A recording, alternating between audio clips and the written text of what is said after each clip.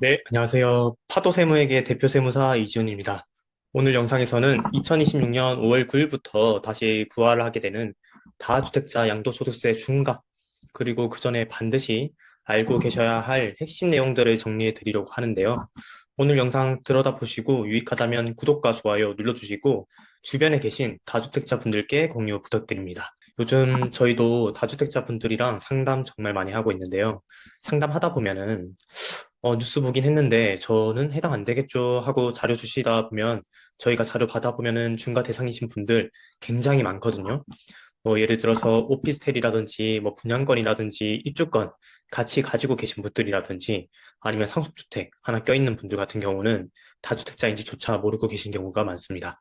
그리고 중요한 거는 우리 양도일 기준으로 조정 대상 지역인지 중과 대상 주택인지 주택수 산정에 뭐가 들어가고 빠지는지까지 한 번에 보셔야 되는데요. 사실 이걸 한 번에 보시기가 정말 어렵죠. 그래서 오늘은 단순하게 우리가 정책을 설명하는 게 아니라 제가 실제로 상담을 하는 기준으로 최대한 쉽게 설명드리도록 하겠습니다. 저희 이번 영상은 3부작으로 이루어져 있고요. 1부에서는 다주택자 양도세 중과가 정확히 뭔지, 언제 기준으로 판단해야 되는지, 그리고 현재 발표된 보완 조치까지 제가 먼저 정리해 드리도록 하겠습니다. 오늘 1부 들으시면, 아, 최소한 여기서 위험하겠구나 정도는 감이 오실 거라고 생각이 듭니다. 그럼 본론 들어가겠습니다. 저희 먼저 개념부터 잡아볼게요. 다주택자가 양도일 현재 조정 대상 지역에 있는 중과 대상 주택을 팔게 되면은 양도소득세가 일반 세율이 아니라 중과 세율로 계산됩니다. 저희 구체적으로는 2주택자는 기본 세율의 20% 추가되고요. 3주택자는 기본 세율의 30%가 추가됩니다.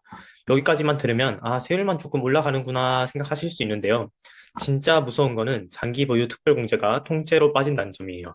장기 보유 특별공제 같은 경우는 3년 이상 보유하게 되면 매년 2%씩 최대 30%까지 공제가 되죠. 근데 중과 대상이 되면 이 장기 보유 특별공제 자체가 적용이 되지 않아서 체감 세금이 정말 크게 다가옵니다. 그럼 이 중과 여부를 언제 기준으로 판단하느냐? 결론부터 말씀드리자면 양도일 기준입니다. 여기서 양도일은 잔금을 지급하거나 등기 접수일 이 둘 중 빠른 날입니다. 그래서 가끔 계약만 하면 되는 거 아니에요? 라고 물어보시는데 아니고요. 계약일이 아니라 잔금 또는 등기 기준이기 때문에 이 부분 꼭 유의하셔야 됩니다. 왜냐하면 계약은 2월 달에 했는데 잔금이 6월 달로 밀리게 되면 나는 2월 달에 계약했으니까 괜찮겠지라고 생각했다가 실질적으로 양도일이 6월이기 때문에 중과에 적용이 될 수도 있는 경우도 있거든요.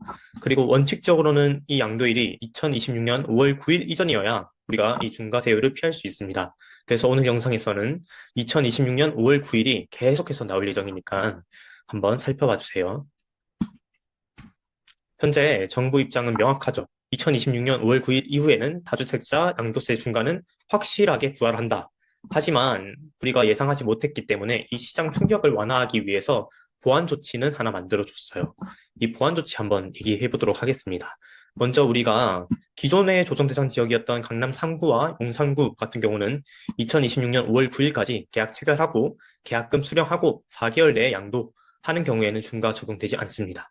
그리고 신규로 조정된 대상 지역으로 편입된 지역이 있죠. 강남 3구, 용산구 외에 서울 전 지역과 그리고 경기 남부 12개 지역 같은 경우는 동일하게 2026년 5월 9일까지 계약하고 계약금 수령 이후에 6개월 이내 양도하면 중과세율 적용되지 않습니다. 여기서 중요한 점은 계약만 하면 끝이 아니라 반드시 양도까지 완료되어야 한다는 건데요. 가끔씩 매수인이 잔금을 늦추거나 대출 실행이 지연되거나 등기 일정이 밀리거나 이런 변수들이 실제 거래에서는 흔하거든요. 그리고 매수자가 양도인의 잔금일을 맞추기 위해서 따라주지 않는 경우도 있고요. 그래서 양도일을 딱 맞추기가 생각보다 어렵습니다. 그래서 이 보완 조치 자체가 조건부이기 때문에 이 조건이 깨지면 양도를 하지 않으면 다시 중과로 돌아갈 수 있기 때문에 제가 해결 방법에 대해서 한번 말씀드릴게요. 실무적으로는요, 이런 경우에는 첫 번째는 등기를 먼저 넘기고 차용증을 작성한 뒤에 근저당을 설정하는 방식이 있습니다. 이 경우에는 조금 번거롭고 등비 비용도 들어가기 때문에 두 번째 경우를 선택하시는 경우도 있는데요. 남은 잔금을 보증금으로 해서 임대차 계약을 맺고요. 확정일자까지 받고 전입신고까지 해서 우리가 대항력을 확보하는 방식입니다. 그래서 상황에 따라서 선택하시면 될 것 같습니다. 조정 대상 지역 전체가 토지거래 허가 구역으로 묶이면서 실거주를 하지 않으면 우리가 매매가 거의 불가능해졌습니다. 그래서 정부가 무주택자, 매수자에 한해서 완화 조치를 발표했는데요. 중과 대상 주택을 2026년 5월 9일까지 계약을 하고 계약금을 수령한 뒤에 기존 조정 대상 지역인지 신규 조정 대상 지역인지에 따라서 4개월 또는 6개월 내에 양도를 하면 무주택자인 양수자는 해당 주택에 이미 임차인이 임대 중인 상황인 한해서 최대 2년까지 실거주 의무와 대출 전입 의무가 유예됩니다. 근데 여기서 정말 중요한 점이 하나 있는데요. 이거는 중과 대상 주택에만 적용이 됩니다. 그게 뭔 말이냐면 예를 들어서 우리 임대주택을 매수하면 임대주택 같은 경우에는 중과 대상 주택이 아니라서 우리가 실거주 의무가 발생합니다. 근데 우리가 실거주 의무가 없다고 생각을 해서 전입하지 않게 되면은 토지거래 허가 자체가 무효가 돼서 매수인과 매도인 모두 법적 분쟁으로 이어질 수 있습니다. 이거는 거래 자체가 무효가 될 수 있는 포인트라서 반드시 체크하시길 바랍니다. 현재 조정 대상 지역은 서울 전 지역과 경기 남부 12개 지역입니다. 취득 당시에 우리 조정 대상 지역에 포함되어 있지 않더라도 우리 양도할 때 조정 대상 지역이면 중과 대상이거든요. 그리고 향후 또 조정 대상 지역이 바뀔 수 있으니까 반드시 양도하실 때는 조정 대상 지역이 어디에 있는지 확인하시길 바라겠습니다. 그리고 가끔씩 저는 그냥 아파트 한 채밖에 없는데요 라고 말씀하시는 분들 계신데 자세히 보면은 주거용 오피스텔 보유하고 있거나 아니면 분양권이라든지 입주권 있으시거나 아니면 세대가 합쳐진 경우나 이런 식으로 주택수가 좀 바뀌는 경우가 있거든요. 그래서 저희가 2부에서는 주택수 산정이 왜 중요한지 정확하게 정리해 드릴 거고요. 이번 1부에서는 언제 적용되는지, 어떤 제도로 이루어지는지, 어떤 보완 조치가 있는지 정도로 큰 틀만 잡고 가시면 될 거라고 생각합니다. 그래서 오늘 내용 정리해 보도록 하겠습니다. 첫째로는 중과 판단은 양도일 기준이에요. 그래서 일부 보완 조치가 발표됐으니 그 일중에 맞추시면 될 것 같습니다. 두 번째는 2026년 5월 9일이 우리 마지노선입니다. 2026년 5월 9일이 지나면 서울시의 공급량 자체가 급격하게 떨어질 수밖에 없을 겁니다.